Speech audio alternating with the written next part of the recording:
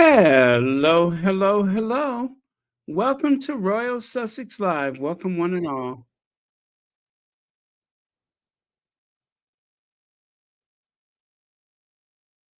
There we go. Now, let me try to get these slides open. Wait, there was an issue. Oh, man. Let me see. Give me just a second. Let me try this one more time. Cannot get my slide to open. All right, so that's that. Let me try it again. Oh boy, I hope it's not that weird thing again.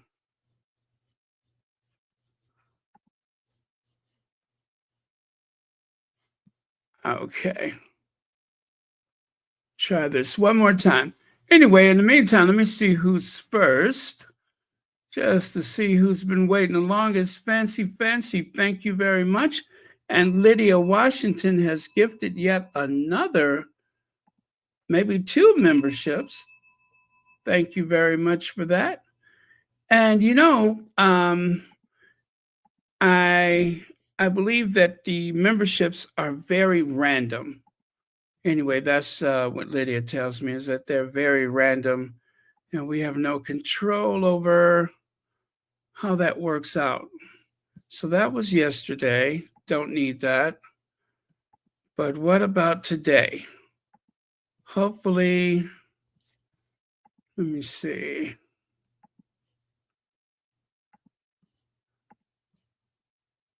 Okay. What might that be? Oh boy.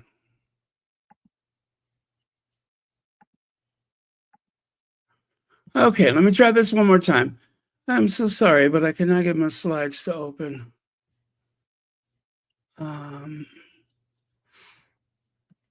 Try this again. And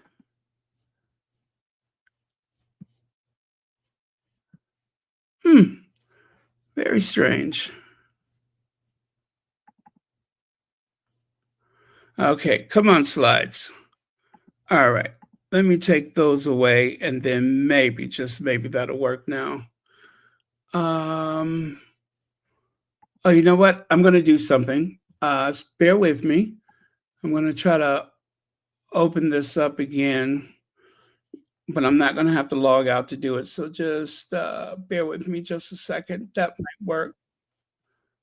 And I don't know if you can hear the echo.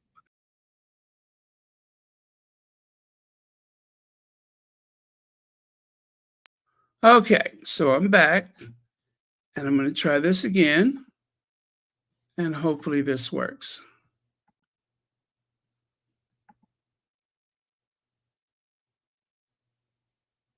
Yeah, I think that's it. I think this will work. I'm so happy. Come on, slides. It's amazing how temperamental this thing is, but there we go. Voila. Voila. There we go. So, you guys, this is like the biggest story in the US right now. Is the LA fires. And of course, it was just a matter of time before the Sussexes kicked into gear. Well, didn't take that long. They probably were working on something as a response almost immediately, especially as this thing has grown so out of control.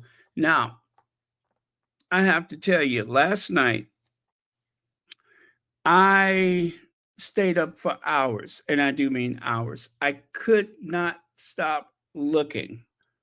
I could not stop looking. The scale, the magnitude of this event is something that is so much larger than I could have ever believed. The square miles, the acres that has been completely destroyed.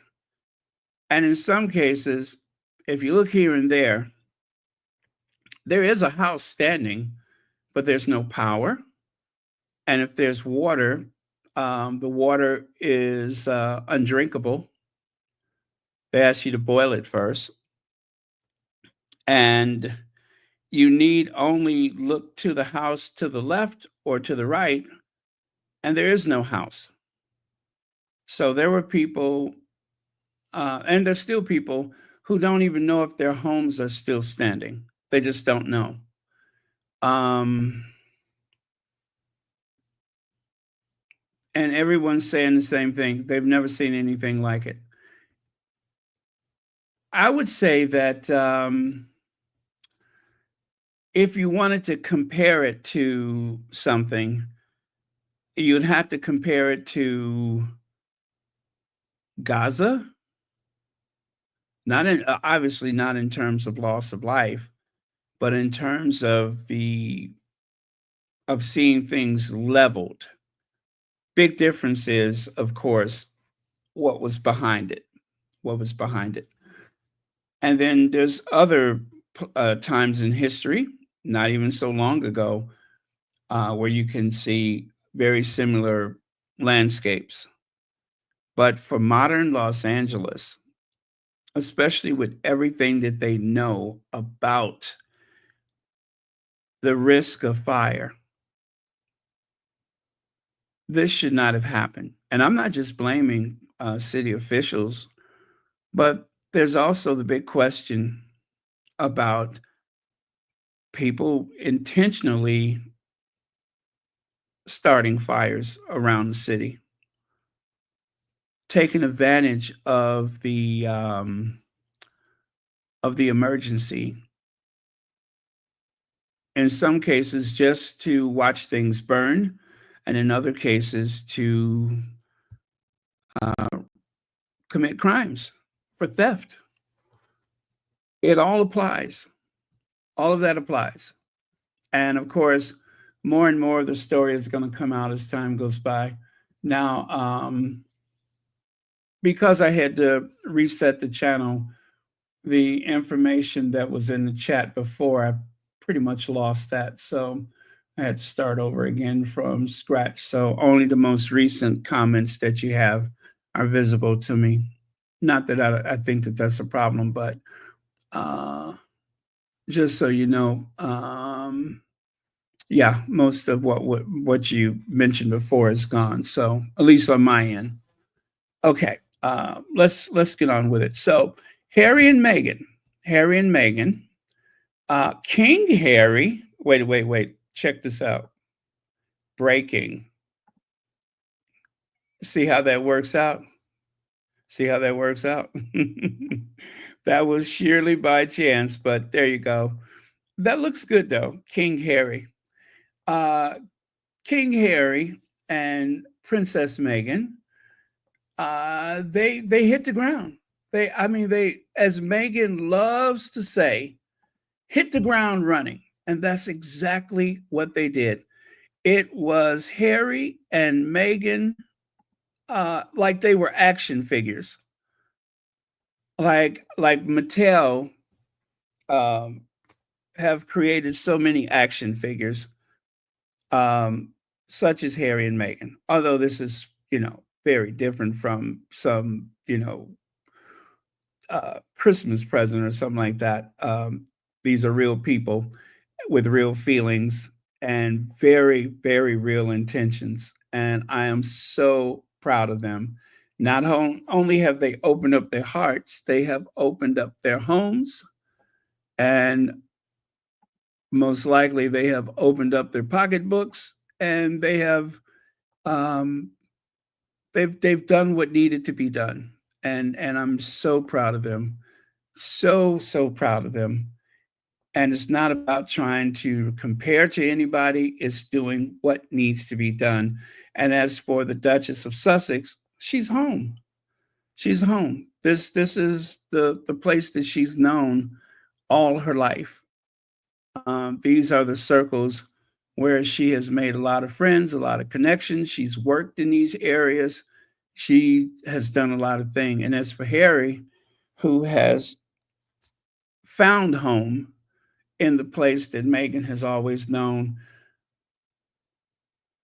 everything that's happening right now, everything that they're doing is what exactly they're supposed to be doing. That I believe that divine intervention got them out of the place where they could never be appreciated by the so-called important people.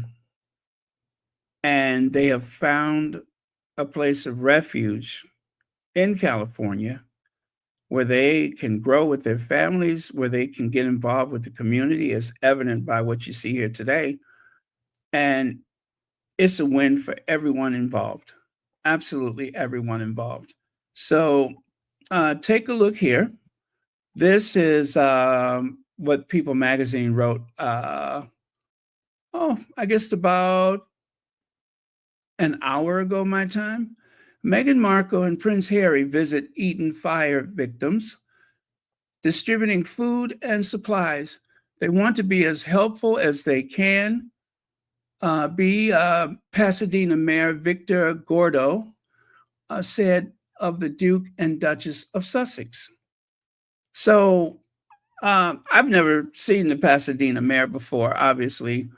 Why would I?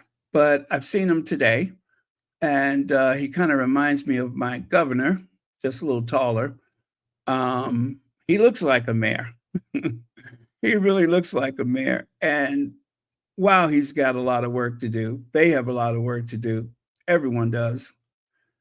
Let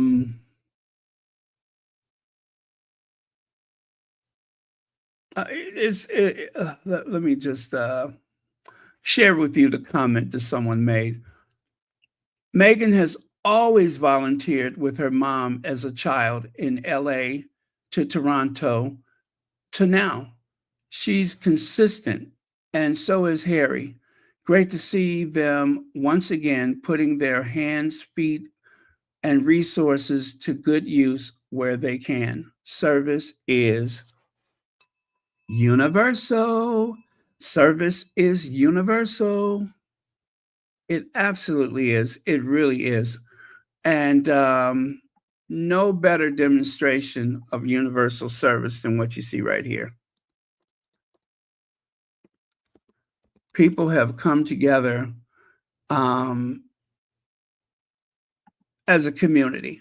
I mean, just it's incredible. People have shown up with food. I saw yesterday a woman who made chicken noodle soup, and she put a sign on her car, free soup to anyone who needs it. Free soup to anyone who needs it. That is what's going on in California right now.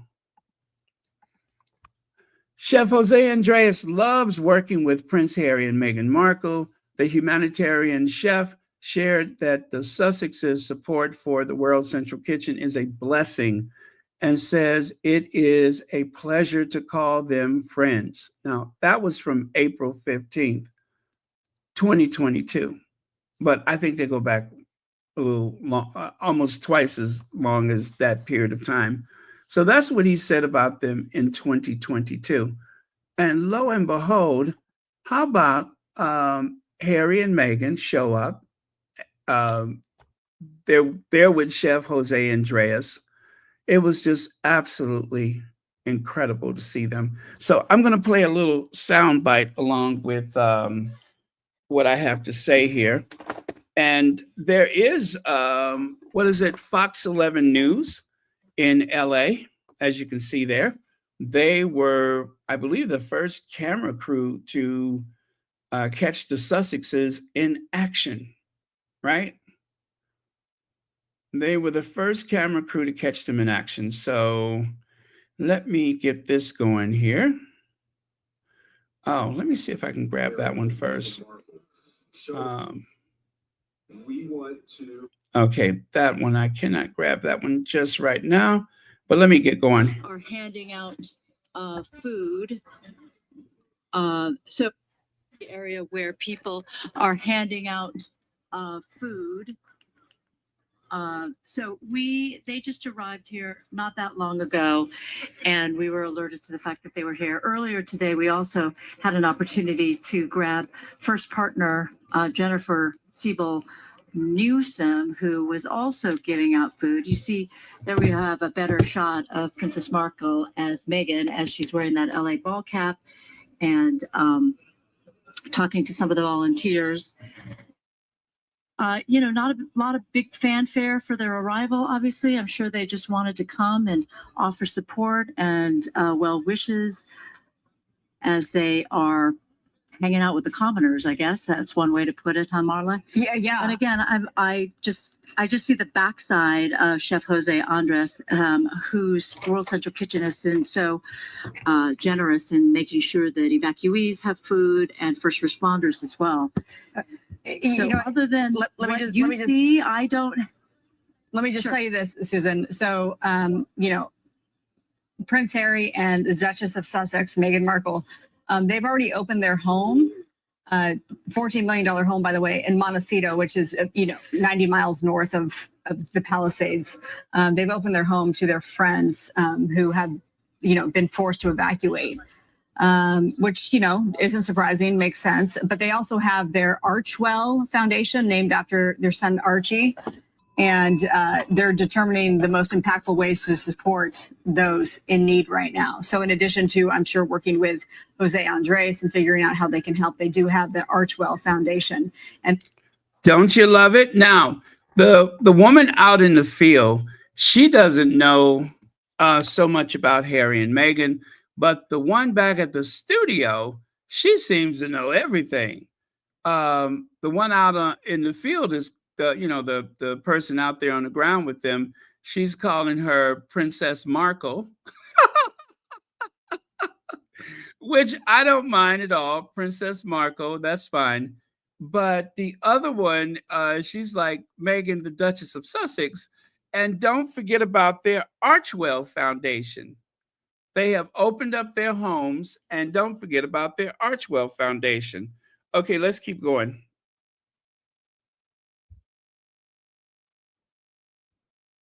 Oh, Lord, come on here. Let me see. To figure out, how best can we give back? Yeah, I feel like there are a lot of people who are doing the same thing. People have reached out to me. How can I help? And it's so frustrating because a lot of people want to donate goods, but when evacuees don't have a place to save goods, it's not really helpful unless you have a place to stay and a place to store those things. We just watched as Meghan Markle gave Jose Andrés that warm hug, and again, and the mayor's getting quite a bit of face time with the two. Susan, how far away are you? Are you able to approach them, or are they heavily guarded? I would not say that. Now, that is the mayor of Pasadena that Harry is embracing. First, Meghan gave him a nice embrace, and then Harry. And if you look there, you see the guy with the incredible hair standing just to the left of Harry. See the guy with the dark hair back there? That is the mayor of Pasadena. And right here you can see it says Prince Harry and Meghan Markle show up to the World Central Kitchen in Pasadena, where food is being distributed. Mayor says they just wanted to be supportive and took time to meet those who were affected. They were serving food earlier anonymously serving food earlier, wearing their face mask. They were serving food earlier, according to the mayor of Pasadena, Victor Gordo. There you go. Not why am I saying Gordo? Gordo. So yeah, on the left you can see them. They're still talking to the mayor of Pasadena there, and I don't know who the woman is to the left of Harry, but to the left of her is the mayor. And then there on the right, you can see Hosé Andrés. So yeah, and let me take that away so we can see the caption, which, surprise makes sense. Okay, that's the caption that was going along with the video. So let me continue the sound here, and then we'll take up from there. It seems like too intimate a moment to interrupt them, but I'm noticing that a little farther away, Princess Markle, she left that little group and now she's getting down and dirty. She truly wants to help. I mean, she's in her civvies and not exactly glammed up, but she bent over that plastic. Now, she just said that Meghan has left the group, and as you can see there, Meghan is not there. I don't know where Meghan disappeared to, but there's Harry and there's someone on the other side of Harry there. But this is at the point where Meghan had taken off to go someplace else. Also, I want you to note that the woman in the studio is wondering if she cannot go over and talk to them. And even though the person that's there with them, or covering the story, even though she don't seem to know a lot about their titles and all that kind of stuff, she does have enough sense to say seems like a very intimate moment, and I'm not sure that I can do that. Even though, if you listen, the person in the studio is just like I'm going to roll it back just a little bit so you can hear that. The person in the studio is really pushing for that, but the one out there on the ground, she's just like, nah, I don't want to. But listen, and you can hear. But I'm noticing that a little farther away, Princess Markle, she left that little group and now she's getting down and dirty. She truly wants to help. I mean, she's in her civvies and not exactly glammed up, but she bent over that plastic bin. It looked as if she was literally going to start helping people. She's offering up hugs, which are so needed. We have to remember this is where she's from, right? I mean, she grew up in Los Angeles. She grew up in Los Angeles and as you said, has been living in the Santa Barbara area for some time now. Well, I'm sure she would. I understand the intimacy of this moment. I totally respect that. But I'm sure she'd be open to talking to you because she seems open. Yeah, let's see. She was sort of coming over this way. So let's see if we can grab her. And the mayor, Victor Gordo, well, maybe he can, make the introduction. Right. Okay. We're getting body checked, so. Mayor, do you want to say a couple words? Can we grab you briefly? Sure. How is it to have Prince Harry and Princess Markle here, Meghan here? Well, it's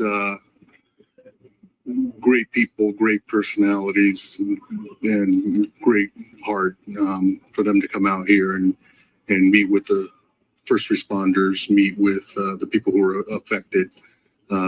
Is very important. They really buoyed the spirits of the first responders. We visited the command post at the Rose Bowl, and people were very happy to see them. Yeah. Okay, so you guys are telling me that she's bent over somewhere. I certainly didn't mean that she disappeared. I'm just saying she kind of left the group chat to do something. So, but yeah, I didn't mean that she was on the other side of the place. But yeah, so that was incredible. And cheers to the reporter that's there that did not want to, crash the party for the sake of the people back at the studio, or even for our sake. So it's a good thing. And yeah, if you have seen the video, Meghan was just there, which is probably where she retreated to, but she would seem like she was on beverage duty at the time. So really, really great moment. Oh, okay. I think that may be her sleeve that I'm seeing right there behind the mayor. Well, yeah, that was great. Oh, I see. I see. Yeah, she's away from the group. I see where she's bent over back there. Okay. All right. And there is a little short interview with Jose Andrés where he actually had some things to say. So let me find Jose. There he is. You're partnering with Prince Harry and Meghan Markle as well to build community relief centers in regions hit by natural disasters. The structures are meant to function as schools, as medical clinics, community centers. They can essentially become whatever is needed. Tell us about that project. Why it made. And by the way, this is not from today. This is something that one of the squatties wanted to share, just to remind people of the connection between Jose Andrés and the Sussexes. Sense to partner with these two people? Listen, it's no doubt that Prince Harry and Meghan, they are people of action. Obviously, they bring a wealth of possibilities. Having them joining us, supporting what we are doing, is great to have people like them supporting an organization that we were very small 10 years ago, but that over the last years, take a look on this pandemic alone. We've been feeding people not only through the pandemic, hospitals and beyond, but we've been in fires, in hurricanes, in the explosion in Beirut, in Lebanon, in back-to-back hurricane category 5 in Honduras, Colombia. We've been in so many countries in this pandemic around the world. For me, it's an honor to have those two individuals supporting us and working together. Prince Harry has told me, Jose, next opportunity, I want to be there on the ground with you. They've shown before that they've been there next to the people, even when the cameras were not around. I love that they are supporting us and supporting many other organizations. Okay, there you go. Okay, cool. Now take that away. And let's see here. What else do we have? So let's see. Oh, Daily Cast News Talk Radio. Meghan Markle, Prince Harry, and Jose Andrés from World Central Kitchen are at the Pasadena Convention Center, which is used as an emergency shelter for fire victims. And, the photo on the right, you see the photo on the bottom of the right? Harry looks like he has, that looks like a dad body. You know what I mean? Harry looks like he has this big dad body, but that is an optical illusion. I believe that's the woman behind him. Part of what you see, what looks like he's got this gigantic butt, is the person behind him. And the way he's standing, he almost has that kind of, that dad build, but that is not all Harry. That is the person behind him. But when I first saw that, I'm like, huh? It looks like, Harry been sitting up there eating some cornbread, some greens, some fatback, neck bones. You know what I'm saying? Potato salad, yams, and all kind of stuff. But that is an optical illusion. That is not Harry. Not completely. That is.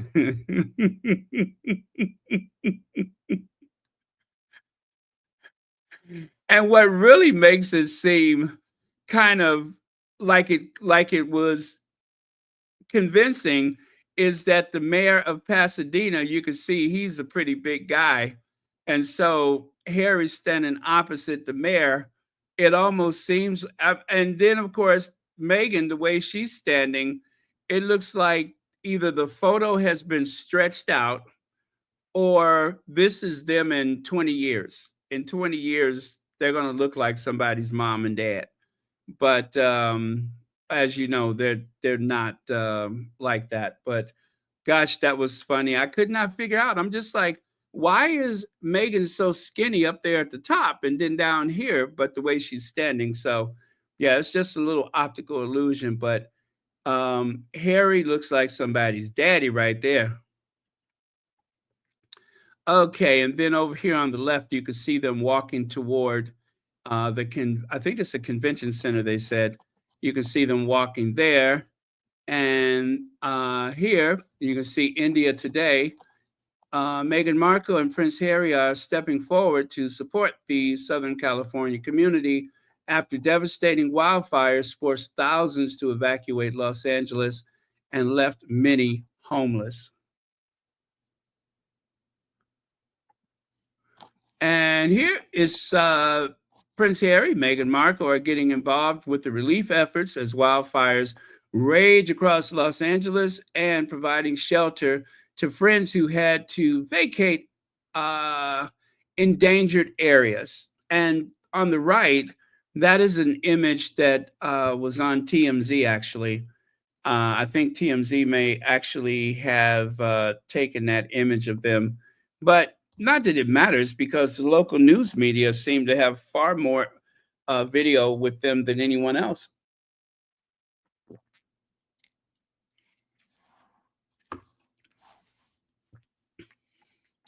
Let's see. Yes, he has a rock hard, solid body, but he's not anybody's dad yet. He doesn't look like somebody's dad yet.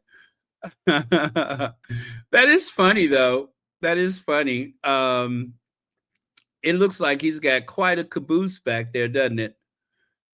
I mean, it looks like he's got the what do you call it? A padunk dunk? Is that what they used to call it? A padunk dunk?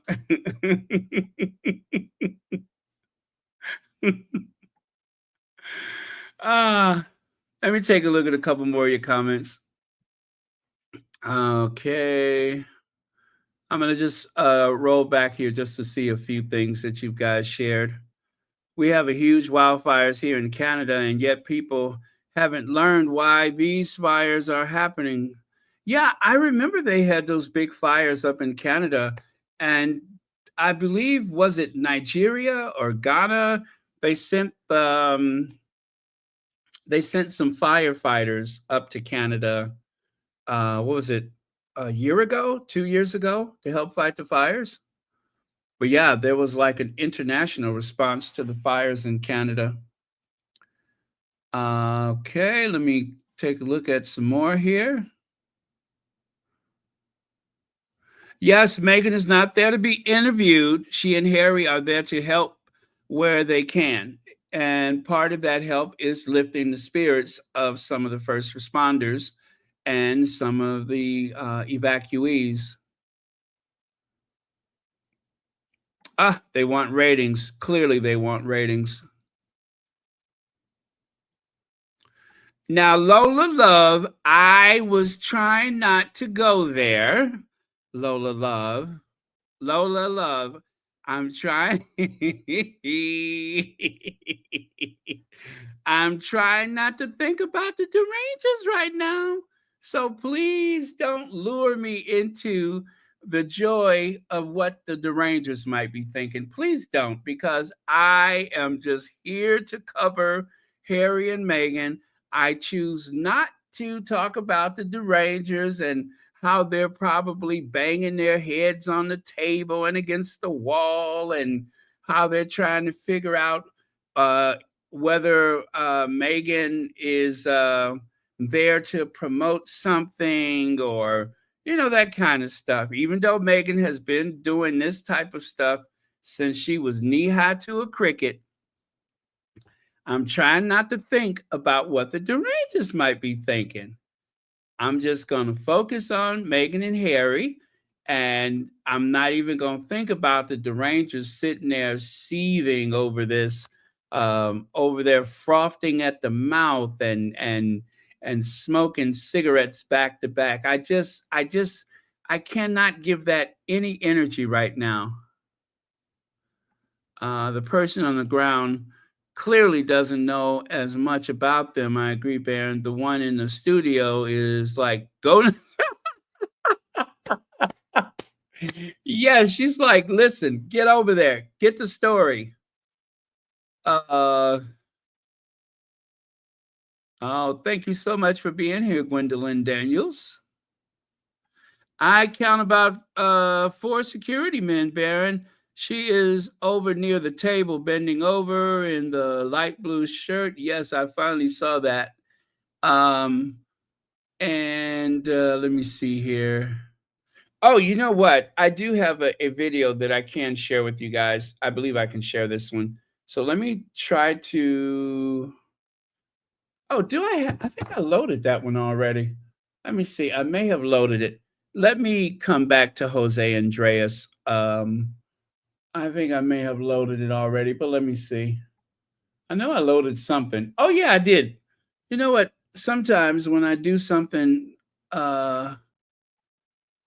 correct, I don't believe I did it. Classifying folks as commoners, they are just yes, Angela Stanley, I did catch that. It's weird how people kind of fumble over their words when they're trying to discuss the royals. And of course, I don't suppose they mean anything by it, but they kind of fumble over their words a bit, and that is unfortunate because we definitely don't want any of that to reflect upon the Sussexes.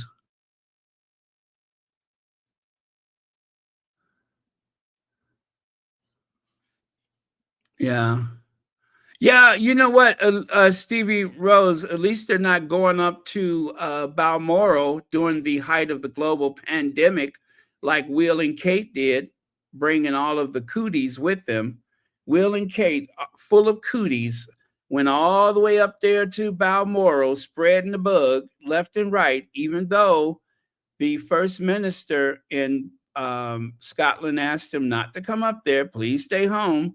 They came up there anyway. There's no telling how many people that those left behind royals have, spread germs to during the global pandemic.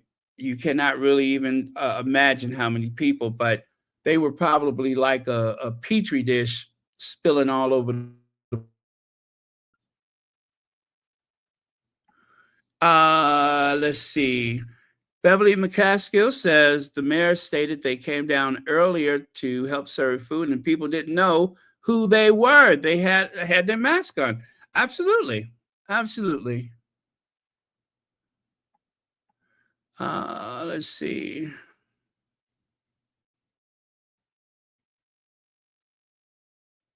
Oh, really? Okay. Okay. Thank you so much for that. Did not see that. Yeah. I like I said, when Petal gets through with him, I think Petal went easy on him. I was watching Petal today, and I think she went easy on James Wood, which is fine.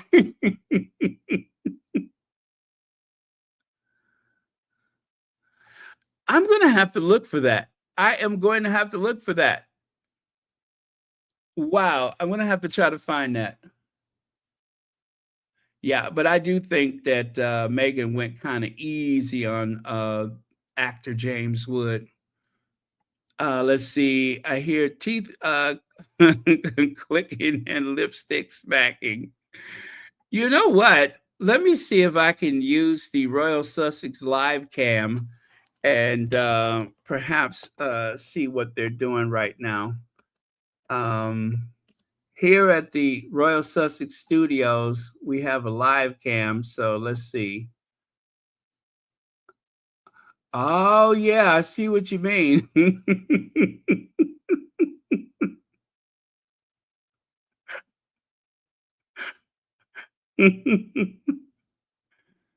uh, now, we have to check in on Nana.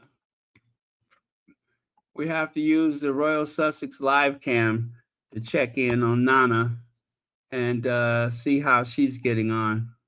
That King Charles may never be. Prince Harry, is he being selfish? Prince Harry, is he being selfish? Prince Harry, Prince Harry, Prince Harry, is he being selfish? Yeah, I see what you mean. Thank you so much, Legs. And thank you to the crew at the Royal Sussex live cam for bringing us that footage of those two misfits. Claudette McKenzie, I told you, I don't want to think about how terribly this must be affecting the Derangers. I'm trying not to think about it because I'm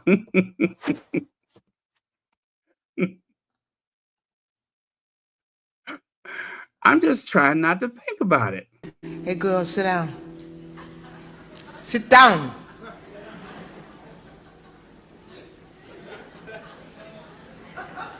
Sit down.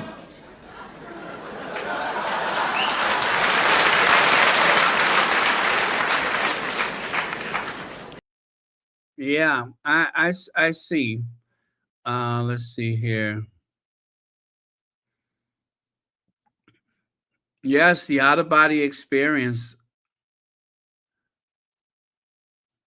Punching the air and sliding down the wall. And that image of Kate for her birthday, they thought that was going to be a viral moment for Kate. They thought that was going to be a viral moment. They thought throwing that picnic blanket over her shoulders was going to somehow make that viral.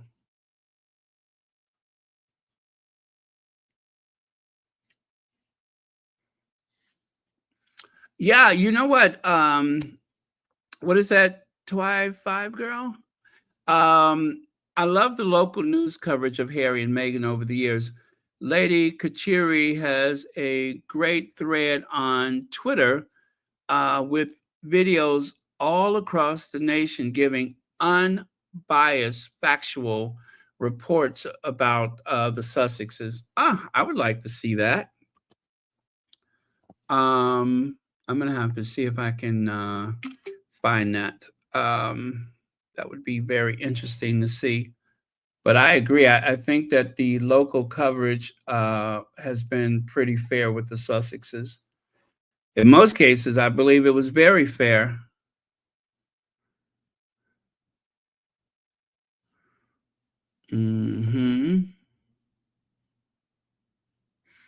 Okay. All right. 1960 says, "Hi, Sussex family. Where is one of the biggest derangers of all during all of this, Meghan McCain? Have we heard from her? Nope, crickets." Okay. Now, let's get to this one right here. Jose Andrés is actually walking around using his, phone to I guess, not interview, but, just to, what I mean, give an update. We're World Central Kitchen here serving up delicious food, drive-through style in Altadena to all those affected by the Eden fire. We are also serving first responders at the Rose Bowl nearby to all those impacted in the area. Food for Soul, Chefs for California, hashtag Chefs for California. So here on the right side, Delaneville Soul Food, they have a food truck right there. And Chef Jose Andrés actually spoke to the couple right there. As you can see, they have some food packaged to go. I see some greens. I see some chicken. And I don't know what else that is I'm looking at, but oh, I bet you that is amazing. I bet you that is amazing. So let me see if I have a little sound for that. I think I have a bit of sound for that one. Let me see.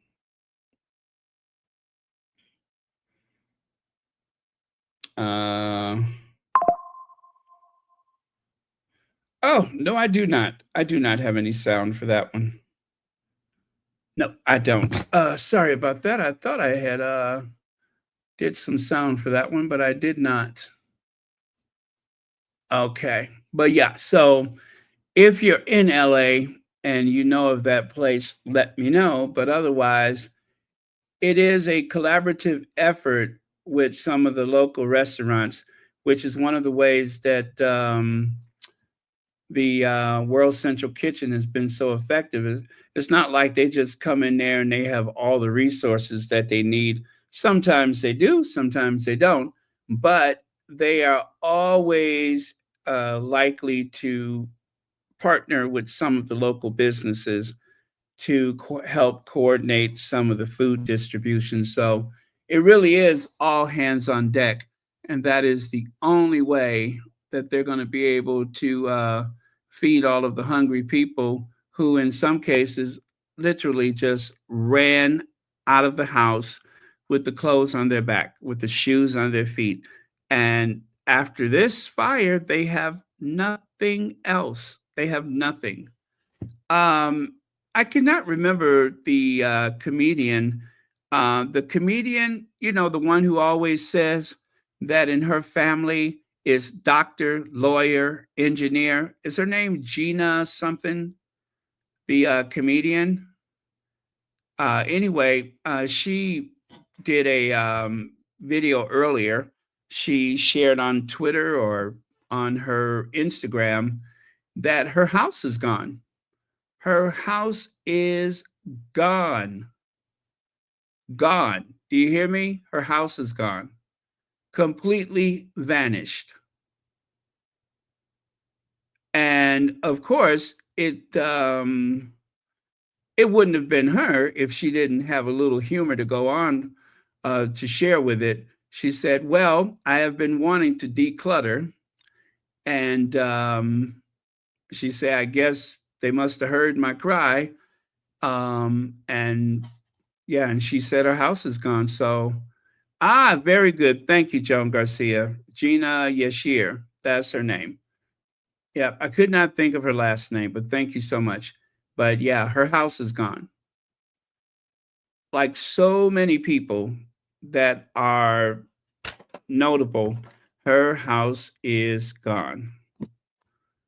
Yep, that's what she said. My house is gone. She said, I wanted to declutter, and now I don't have to worry about it.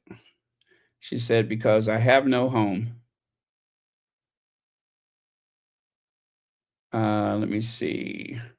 Wow. You know, since I've been on, I'm looking at social media, and Harry and Meghan are everywhere.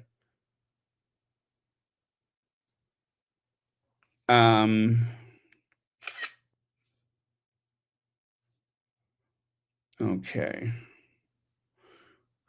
Wow, I see a video that was posted by Morgan Fairchild. My goodness, does she look beautiful. Morgan Fairchild, I don't know how she does it, but she looks amazing. She definitely has taken good care of herself. I'm just taking a look here. Give me just a second. I'm going to see if I can find that. If I can find Gina.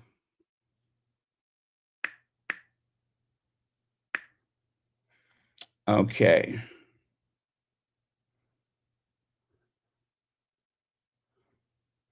Yeah, I can find her, but I cannot find the video she posted. But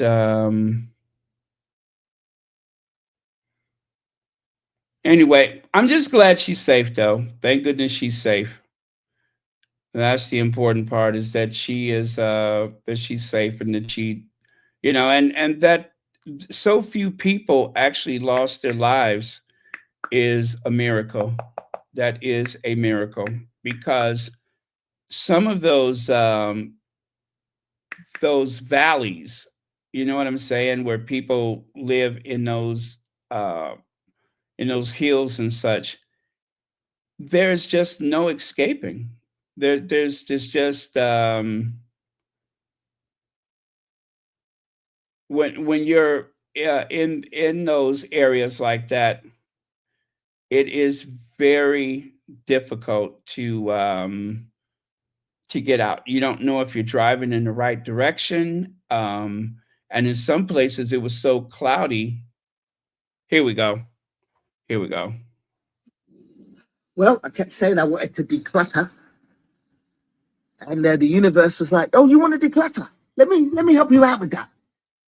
Let me give you the ultimate cleanse, the ultimate decluttering." Well, people, my house is gone. It's gone. It burned down last night. I was preparing for the worst because I'm on a text group with my beautiful neighbors in Altadena, and we were seeing videos coming in from my neighbors' cameras showing the fire encroaching. So, yeah, me and about, I'm going to say 7 or 8 of our neighbors lost our houses last night. So I lost pretty much, me and Nina lost everything we owned except for what is in our suitcases that we brought to Canada for Star Trek. And yeah, we lost all those memories. You know, it's been a sad time, but also I feel blessed at the end of the day. I do feel blessed. I have somewhere else to stay. I've got this beautiful property in Costa Rica that we literally just furnished yesterday. It's like the fucking universe was like, you know what? You're going to stay where you are for a bit. I really feel like, I kept saying to Nina, I want to go back to LA for a couple of weeks. I want to go back to our home. I miss our home. I want to go back for a couple of weeks. And Nina kept saying, I don't think it's safe to be back in America right now. And I was like, but let's just go to our house. Our neighbors are wonderful.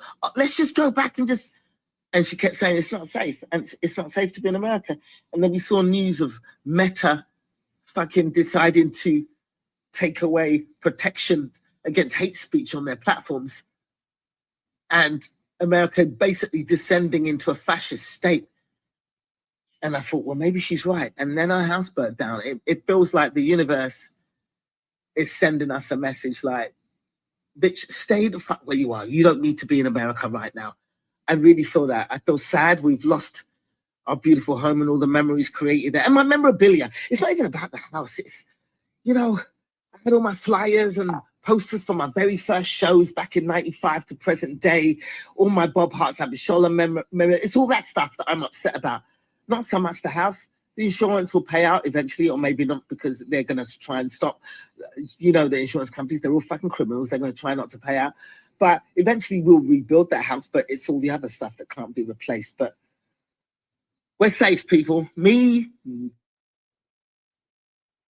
safe. We feel blessed. We're safe. We can shelter elsewhere. I'll be in Canada. Okay. The backdrop, as you can see, is very green. As she said, I believe they're in Costa Rica right now. So she lost everything from her showbiz career, but she hasn't lost her talent. She hadn't lost her potty mouth, as you can see. So she'll be okay. And like she said, the insurance may or may not pay out. There's a lot of people that are concerned about that. And 3 months ago, it was reported that a lot of people were dropped by their insurance company. They were dropped by their insurance company 3 months ago. It makes you wonder if the insurance company knew about the amount of risk that there was. Now, 3 months ago, that was when people realized that we haven't gotten any rain yet. November, It's supposed to be a big month for rain in that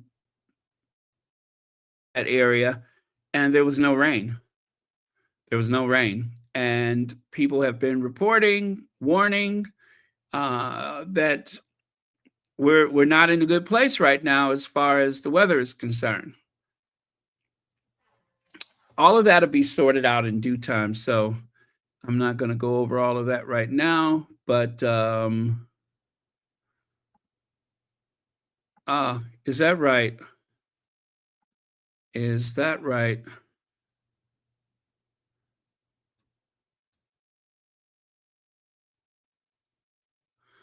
Yeah, they have like a supplemental, not supplemental, but an alternative insurance that is provided by the state or is managed through the state some kind of way that people can apply for.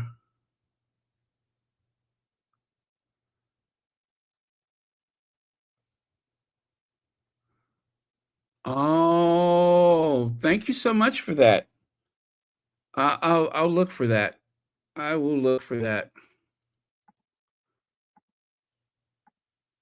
Oh wow! So Fox 11, they're about to get a whole lot of traffic on their page,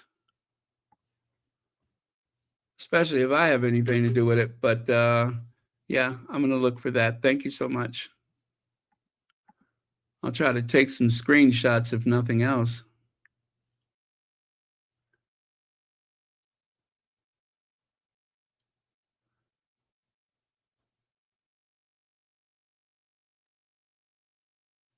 Oh, is that so? You know, I'm trying to think where there was some terrible fire and they had built the house to be fireproof and it was still standing long after the everyone else had lost their property. But that does happen from time to time because I looking at some of those homes burn, I realized that they were not really um sturdy, durable, well constructed homes, certainly beautiful, but a lot of them were just typical frame houses. And in the US, when you say frame house, that is basically a house made of wood. And they will put some type of stucco or they'll put um, what is it? They'll put like a layer of stones at the base or on one side, or they'll put like a thin veneer of bricks or something like that. But they're not really made for you know to survive something like this at all. Um, and if you know where to look, in response to the Great Chicago Fire, there are a lot of old buildings that were made after the Chicago Fire where you will see that they have like fireproof warehouse. And it's not just a sign, it is made out of terracotta.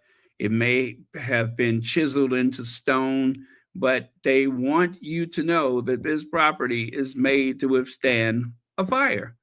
And that was in response to the 1871 fire that completely destroyed of the known at that time. Okay, let's keep going. Thank you very much. Okay. Just want to, oh, did not need that one. Sorry.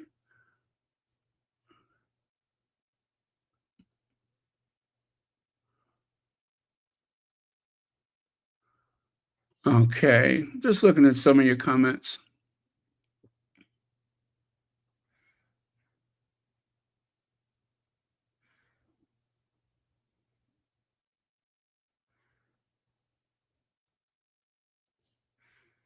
Okay.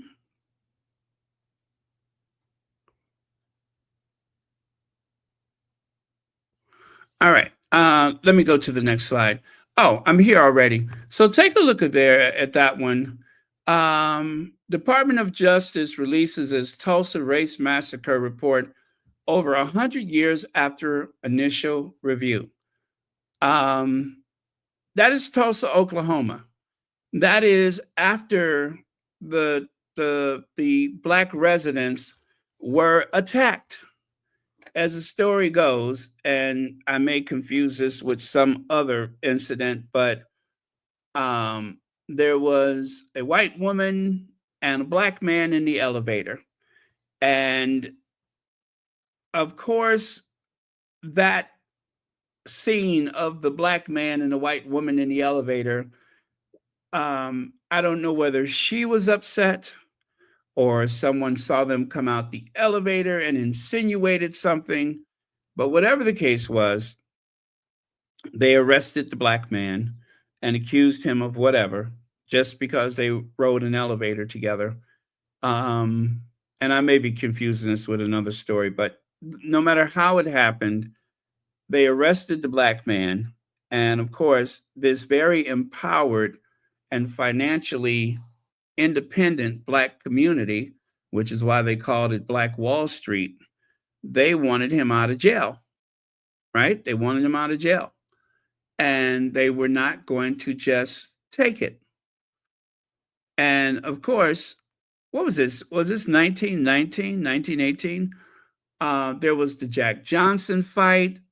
That caused a lot of race riots. There was the Birth of the Nation motion picture, which was like a recruiting film for the KKK, where they literally took white actors and put them in blackface so that they could portray black people as being violent and uneducated. And it was that period in the early part of the last century was full of these racial incidents.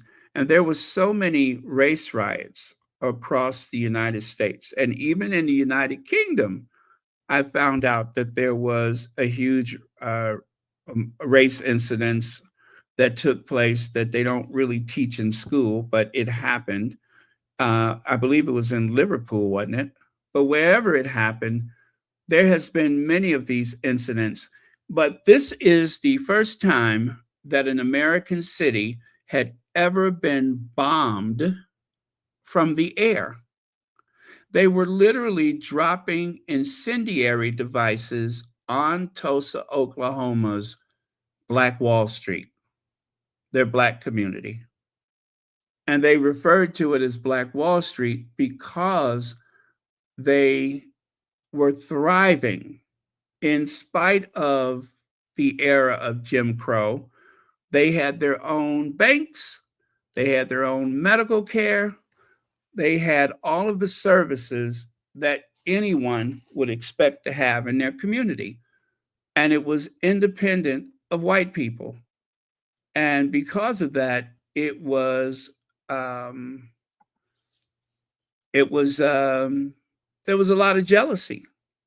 They could not stand to see black people succeed and living a more abundant life than white people. If black people would have been left alone to thrive in their own communities without the constant interference from white people, imagine where black people would be today. But there has never been a period in the history of the United States where they would just leave us alone to thrive.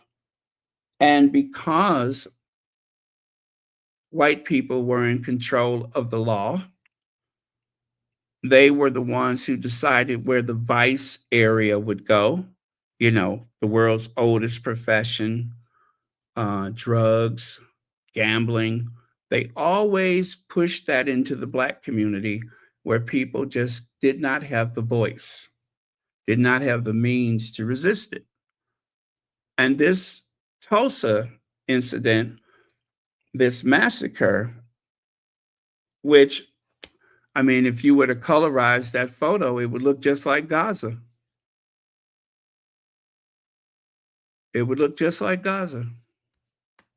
Interesting, isn't it?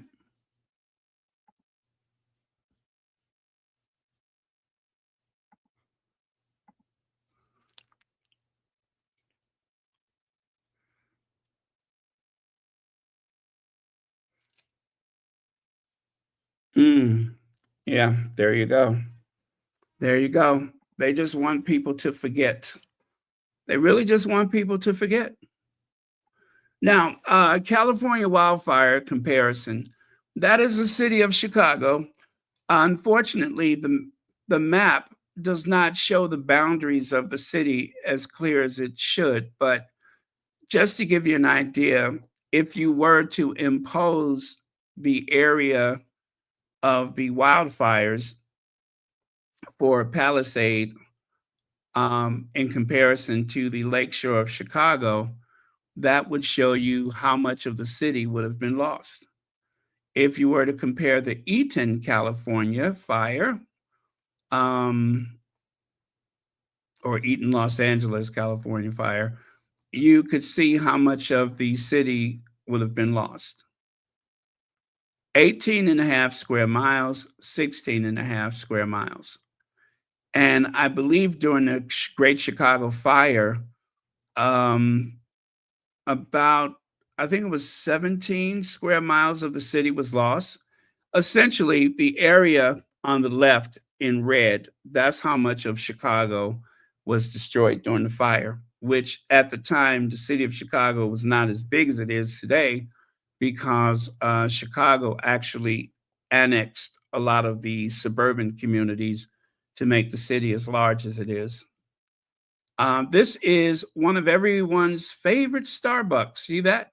That was a favorite Starbucks in, let me see, it's on Antioch Street. Is that in Palisade? Anyway, that's in the area that was destroyed by the fire. You can see palm trees, so you know it ain't Chicago. But that's what it looks like today. Before, after. Before, after. You can see the bench. See the person on the right? The bench is right there behind them. Take a look. There's that same bench right there.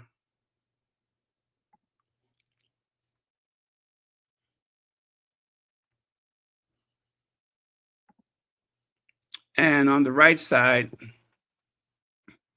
that is that the Pacific Coast Highway? I don't have a reference for most of these places, but it is along the ocean there, and you can see the devastation. That is, I believe, that same intersection. You can see Big Rock Drive. That is the same sign, all scorched and blackened by the ash and smoke and fire. And all of that's gone. Just the house in the distance, or houses, are still standing.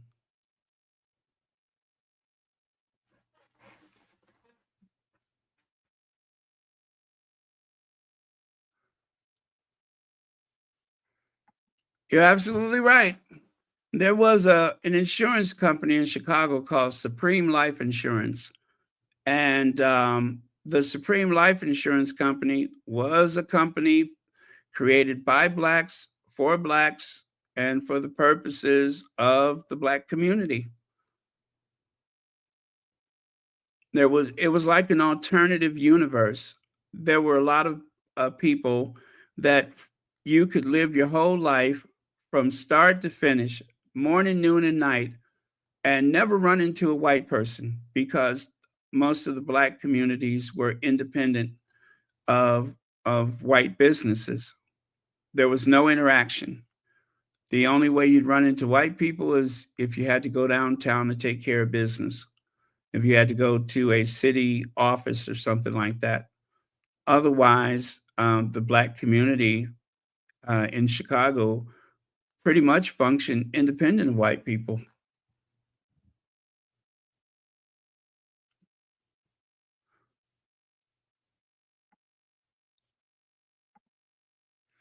And this is an aerial view. Again, you can see there's the occasional home that randomly survived these fires.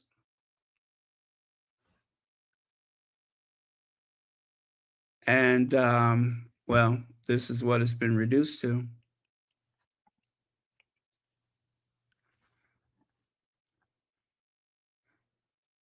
Yeah, the Chicago Defender newspaper, that is an institution itself. The Chicago Defender, they have a vast archive of photos and stories about Black people from that era. And I believe that it has been put on permanent loan to the Chicago Historical Society, just to make sure that it's in a safe place. And also the United States Library of Congress has a great deal of history from, all over the country, but they save a lot of the archives for history.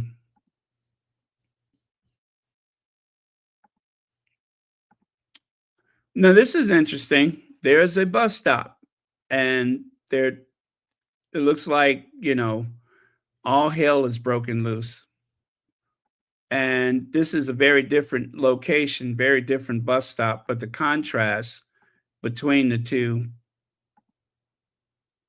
you can see here the fire has already decimated this community. And if you take a look there, there's another area view featuring all of the hot spots. Those are all the hot spots. This is just unbelievable. They did not have the technology to share things like this in the past, like a view from space and all of that. But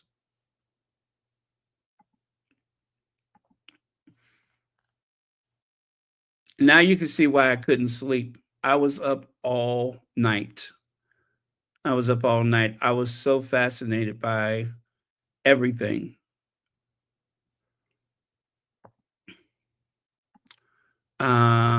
Let me see let's go ahead and do this one. I'll do this one. This guy is pretty good. I like him. He was speaking about the Sussexes.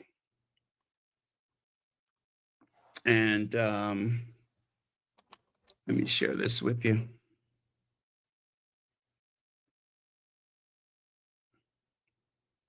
Poor Gina.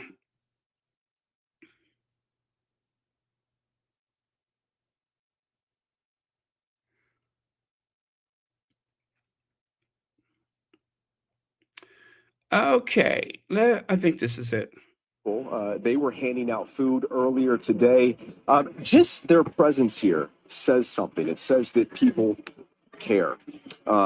People care about each other. And that's something that it really is giving a lot of people hope that has lost everything right now. We also talked to Pasadena Mayor Victor Gordo earlier. He shared with us how Harry and Meghan really are an example of so many others wanting to help their neighbors. And then I spoke with Roy Choi. He was here earlier today. He said something about food that was pretty profound to me. He said, when you're a cook, all you think is feeding people, and this is our calling in life. And so when you have people show up like Prince Harry and Meghan Markle show up and say, we want to help people that are hurting right now, that says something. That speaks volumes to people in a way that is often unsaid. Just that simple act of kindness and providing people food, and so many people here. It's just about the people that are right inside that building right now. Let's turn around the Pasadena Convention Center. We haven't gone in there yet, but again, 1,200 people displaced, losing everything. And so really the story here, it's an example of a shared humanity, neighbors helping neighbors. And that's something special right now. When people have little to hold on to, that's something they can hold on to right now, that people care about them. Guys, back to you. So you heard him mention Roy Choi, and that is one of the chefs that will be featured on Meghan's lifestyle show, With Love, Meghan. Okay, I'll get to that. Well, okay, let me do this one first. So I talked about this before, and this is from October the 8th, which is the anniversary of, guess what? The Great Chicago Fire. The Great Chicago Fire. So picture it. October 1st, 1871. Potter Palmer, a local entrepreneur businessman, built the finest hotel in the city, 700 rooms. And one of the big selling points is the fact that this hotel is fireproof, absolutely fireproof. Don't have to worry about one of those urban fires, which was pretty common back in those days. Fireproof. The finest restaurant in the city, connected with the house. It was called the Palmer House Hotel. Look at there. The furniture, he spent $530,000. Now, at that time, that was a lot of money. The cost of the building looks like it was $2,250,000. That was a lot of money. We're talking 1871. 1871. Also, the businessman's lunchroom and cafe. You know, at that time, men and women did not just carry on in public as they do today.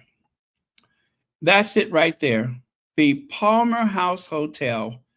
But this is not the original Palmer House, because guess what happened to the first one?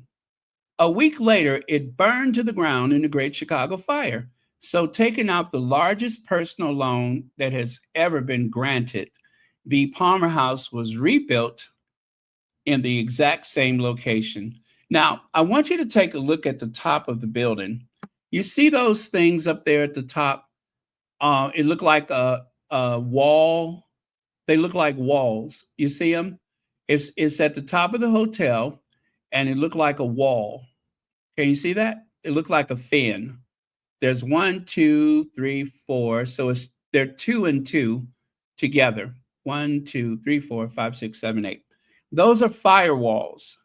Those are firewalls. In case there's a fire, the flames going up will not spread over to the next section of the hotel.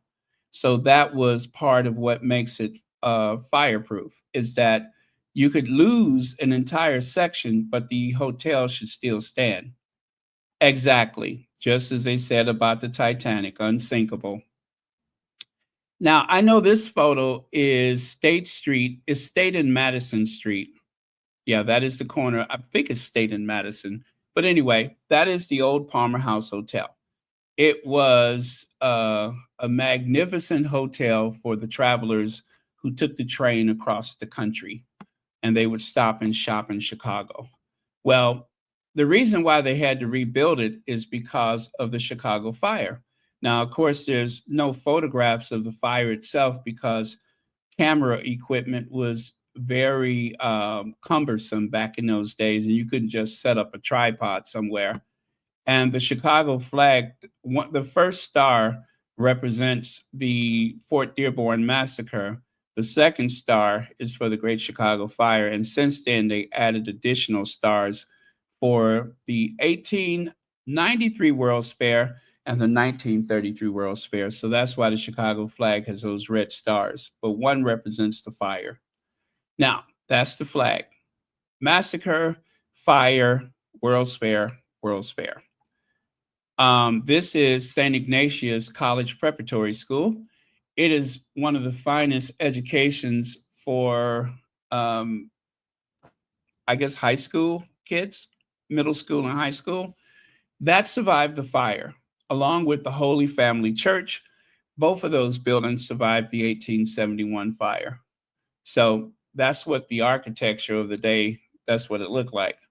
This is the wake of the fire. This is what the city was reduced to.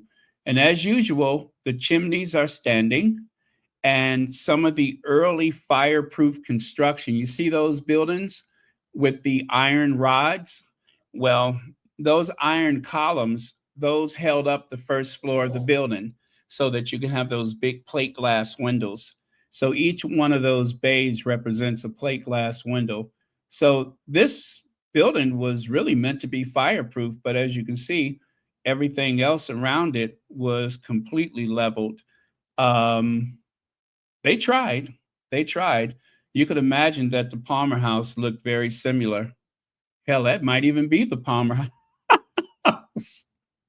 That may even be the Palmer House. Who knows? But I think this is Michigan Avenue on the north side of the city. But you'll notice that those horses are drawing omnibuses. Before they had the cable cars that ran with the electricity, they used to have horses pulling those buses through the city. So again, this is after the Great Chicago Fire. And again, those are fireproof buildings that did not survive, but it's an early example of using steel construction. I think that the water tower was one of the buildings that survived. I don't know if you have been down to oh yeah, I know all about that place. The water tower is actually not even, it's a standpipe. It's actually a decorative cover that covers up the standpipe. The water pumping station across the street, it also survived. But yeah, underground is connected to the water pumping station. And so they call it a water tower, but it's actually a standpipe that helps the water pressure for the city. So it doesn't even hold water. What it does is it, helps with the vacuum pressure of the air or something like that. But yeah, that is a survivor, though. It did survive. It looks like a little castle. I don't have a picture of it, but it looks like a little castle, but is mostly made of sandstone. And this is what the artist's impression of the fire was. Most of the city was made of wood. And it's very flat. There's no hills to speak of in Chicago. Everything is pretty flat. And it was also a lot of ships that sailed the Great Lakes along the, Lake Michigan and Lake Superior and such. But this is how the city looked after the fire.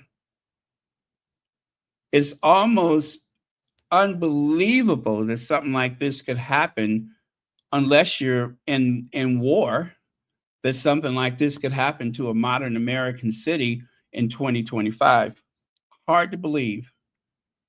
But there you can see all of those vacant lots. Well, all of and if you look along the street there, you see those little shacks that are along the street.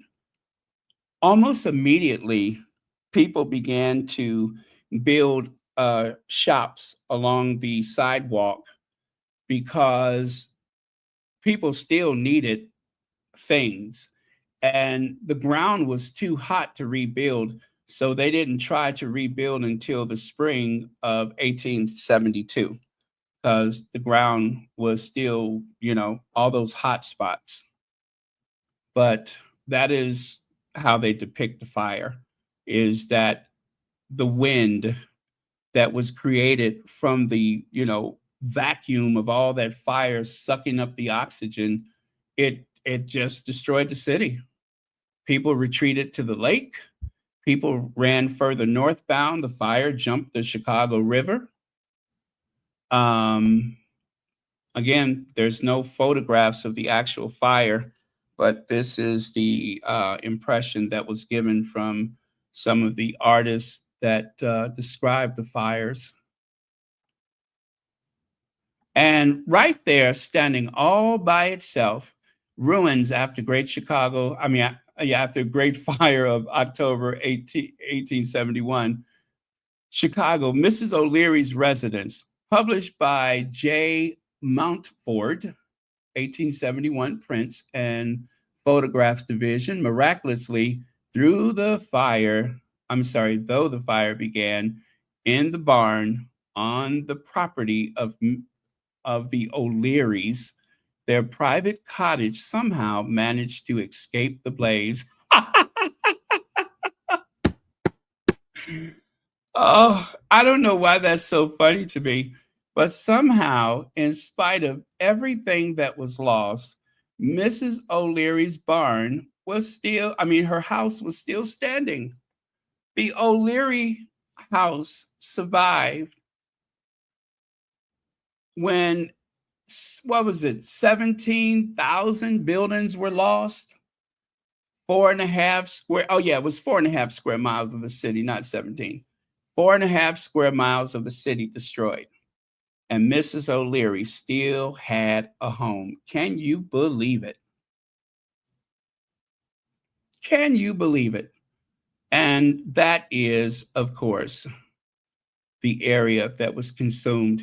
It burned all the way from about 21st Street all the way up to Fullerton Avenue, modern day Fullerton Avenue.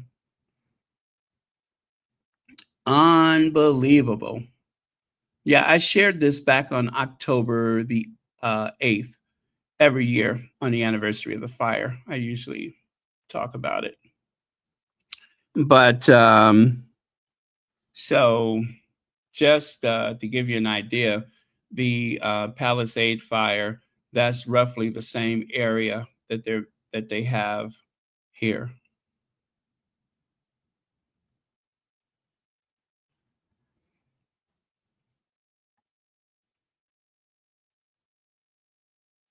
About 300 people died. They estimate about 300 people died.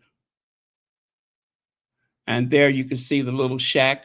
See there, that little wooden building in the foreground there. See it? And it's got those what do you call it? Those they can lift up the front of it. I don't know what you would call awnings, I guess, but you can raise up the front of it so that you can conduct business right there at the little shop.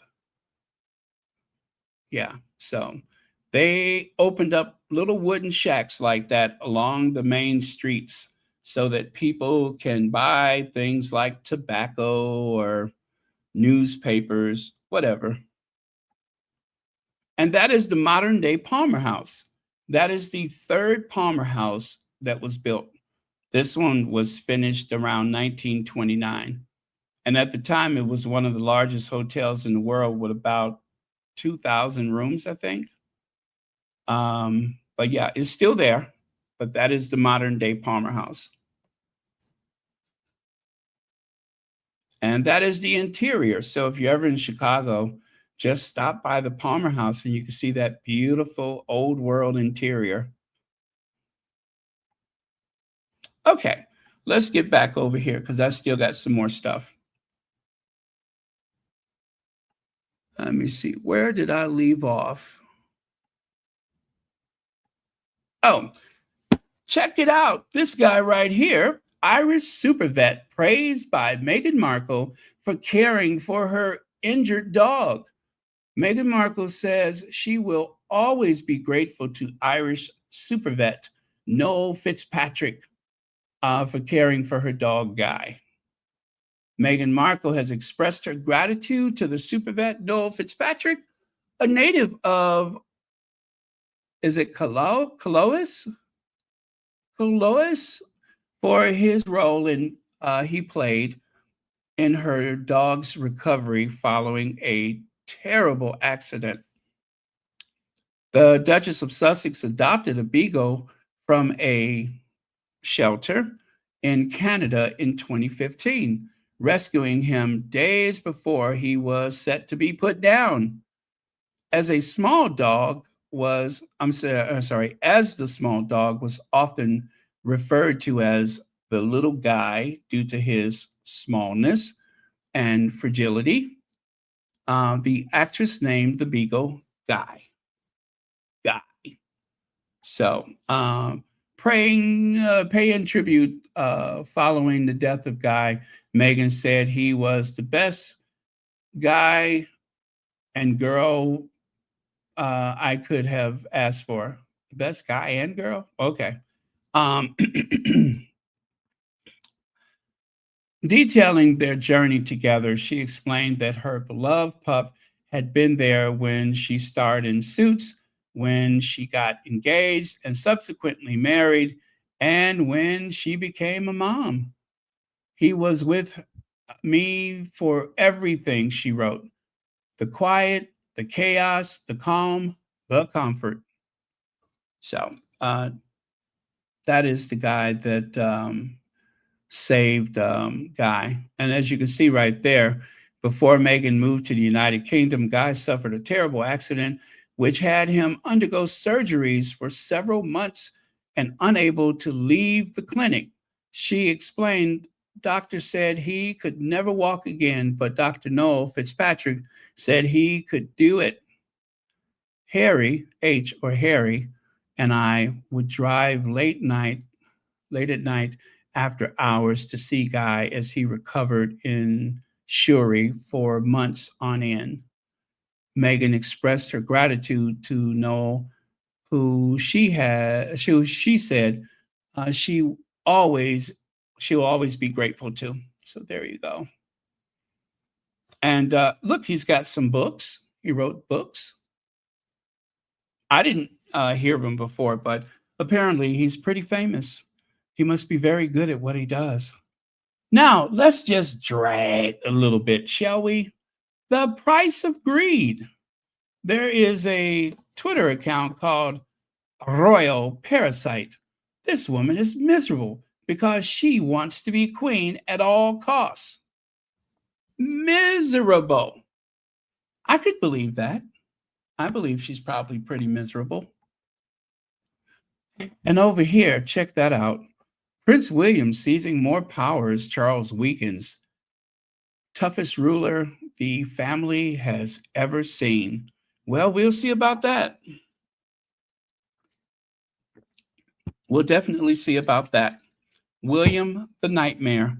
They have been predicting this for months, like right there. Dying Charles tells William, "You won't be king." Well, I don't think he's going to have much to say about that. Now, here it says he has 2 years to live. I have another article that gave him 6 weeks. No, was it 6 weeks or 6 months? Truth is, they don't know. But the Star is an American tabloid, and they don't tend to show as much deference to the royals as the British tabloids. Sometimes absolutely none at all. And right here, it's January 10th. Are you back at work yet? Have you seen any of these doing anything, highlighting, spotlighting, pointing, or patronizing this year? Any of them at all? Me neither. So yes, it is January the 10th, J10, 2025, and not a sight of any of those people because they haven't done anything. They don't work as much as they want people to believe. Connie Balmer. Hey, Connie Balmer, thank you so much for joining us. And check this out. Zara and Mike Tyndall willing to step up if Prince William calls on them. Well, royal expert Jeannie Bond said Zara and Mike Tyndall would step up if Prince William calls on them, as he did at the garden party last year, but they don't want official roles. What does it matter? By the time they step up and everybody sees how they have been making money the past few years, guess what's going to happen to them when they step up? They're going to step right back down. Once people find out how they have made money, that step is not going to last very long. What do you call it? There's a conflict of interest, I would say. But you know the tabloids will try to stand up for him, though. Something is definitely wrong here. This is beyond jealousy. My heart just moved. I am sending prayers for this man. He needs it. I believe there's a whiff of sarcasm there. Yeah, there's just a whiff of sarcasm.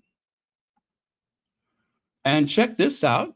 One of the squatties posted this, almost like a cartoon version. Meghan would make a cute cartoon character, I think. And it includes all of the various hats that the Duchess of Sussex has worn. So I think that's pretty cool. And don't forget, we have this to look forward to.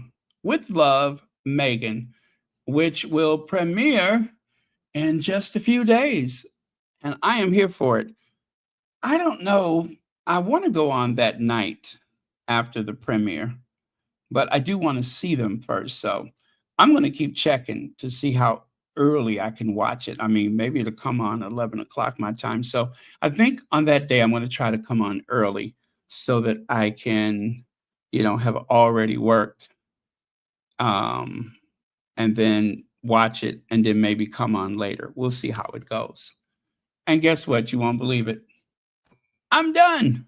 That is the absolute last slide. Oh, well, you know what? Don't leave yet, because I have that one video that I want to share. Excuse me. One that I don't think will get me in trouble.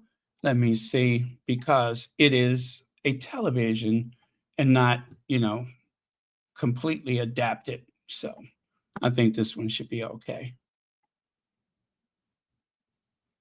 Let me share it. It's very short.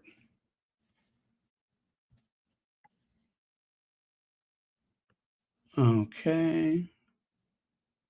Markle show up and say, we want to help people that are hurting right now. That says something. That speaks volumes to people in a way that is often unsaid. Just that simple act of kindness and providing people food and so many people here. People show up like Prince Harry and Meghan Markle show up and say, we want to help people that are hurting right now.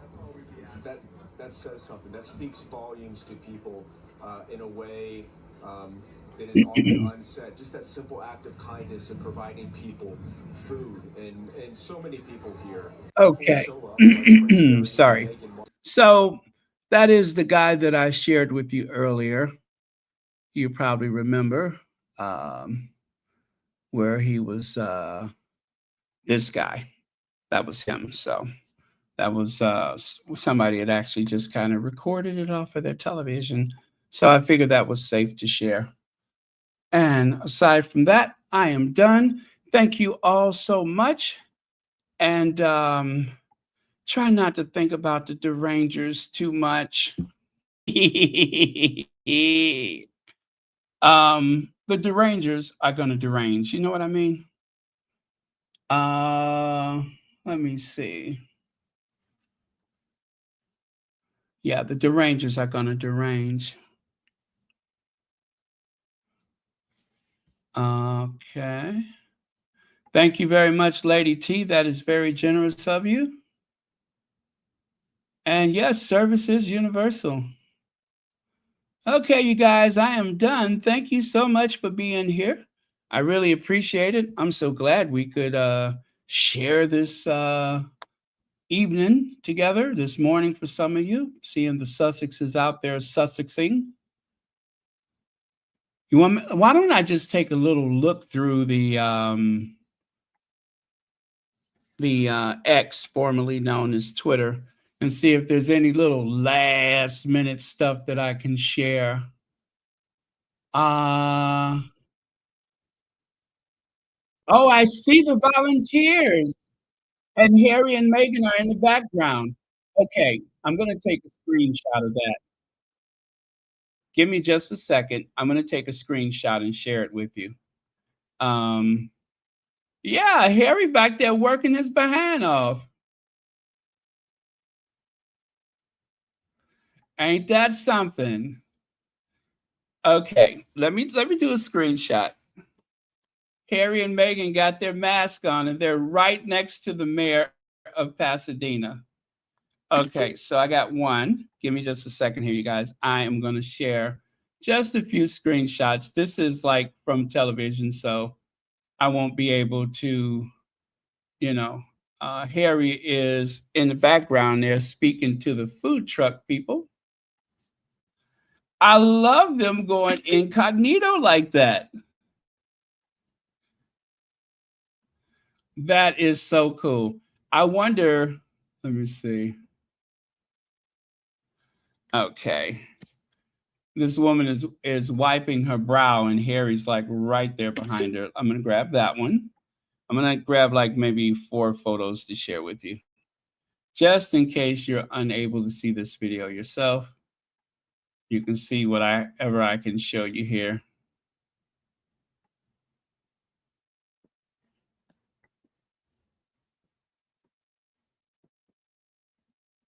Harry is back there coordinating. Okay, it looks like he's coordinating between the food truck in the background and the people at the table. And Meghan is just there at the table, just working her little behind off. It is so, so cute. I love it. I just love when the Sussex is Sussex like that. I always say, let the Sussexes Sussex. You got to let them Sussex.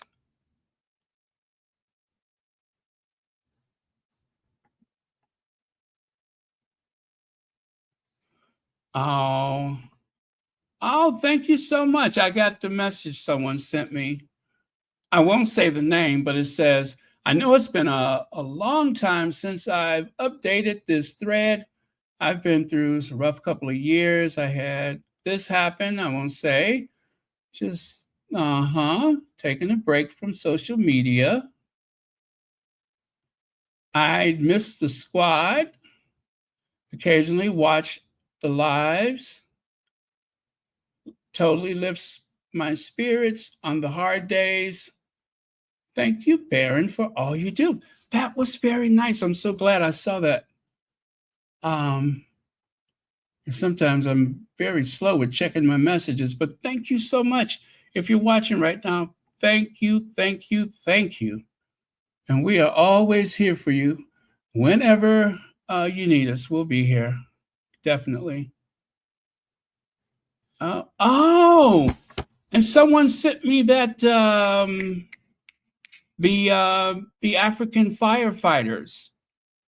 I have that video somewhere. I don't know what I did with it. So anyway, I don't want to get too sidetracked. I want to make sure I share with you what I just snatched off of the telly before I forget about it.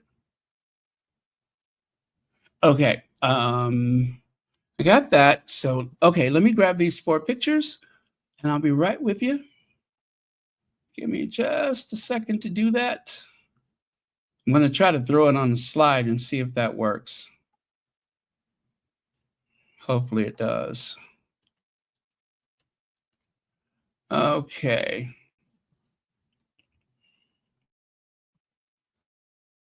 I'll get the 4 photos. 1, 2. And you're right. They are back there just working. You would never be able to know that that was them if you weren't looking.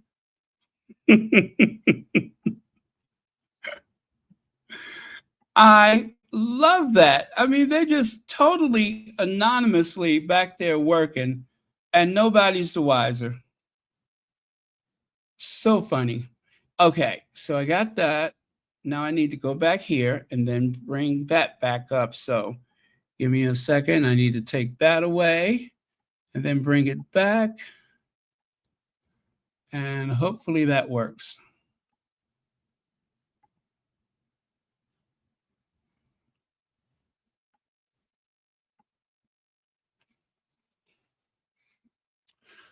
Okay.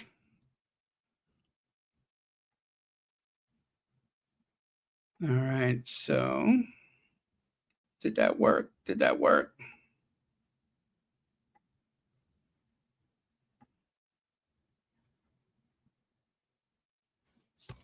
Okay, it's buffering, it's buffering. Come on, buffering.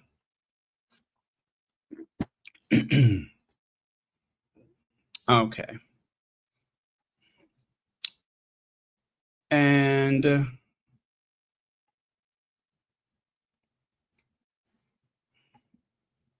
no, it didn't work. Okay, not to worry. I'll just do it another way. I need to take Gina away and just share it with you like that. No worries. I got it.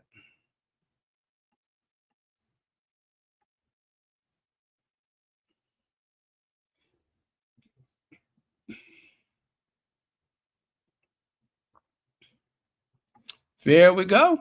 So there's Harry in the background. And Meghan is just to the left. You can see her blue shirt. And Harry has been coordinating, from what I can tell in the video, he seems to have been coordinating back and forth from the table to going back to Meghan's side. And let's see, right there, you can see Harry. He spins around and goes back to the table. Now, bear with me because I have a couple of other photos. So let me get rid of that one and that one, and I'll share the other two with you.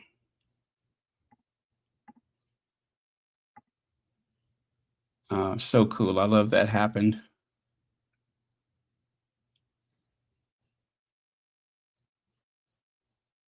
Okay. And there's Meghan. You can see Meghan with the blue hat on. And Harry, once again, he's back over at the food truck. And right here, again, Harry's at the food truck. Meghan is there at the table. And also you can see the mayor of Pasadena right there to the left side of Meghan. See it there? Yeah. He's got the black jacket and the amazing hair. So there you go. That is Team Sussex working hard for the cause. And I will try to find the YouTube versions of these videos so that I can put them on the community tab. And that way you can watch it directly. So if I can find the YouTube version, I will share those with you, and then you'll be able to see it. Okay? Otherwise, we're done. And thank you, as always, moderators. Oh, I see I have a couple of messages here. Shelly L says, breaking news, Meghan McCain has been located. She's in front of a row of burned buildings, yelling at firefighters while offering an autograph of her book. Firefighters were forced to drag her out of the area by her cankles.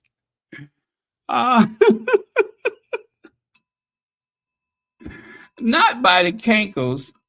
That means she is so, you know, she's not like, you know what I mean? She doesn't have ankles and she doesn't have shins. She has the skankles, where it's just one long leg with well, not long, but short, stubby leg, no indentations. They grabbed her by her cankles. She don't really have ankles.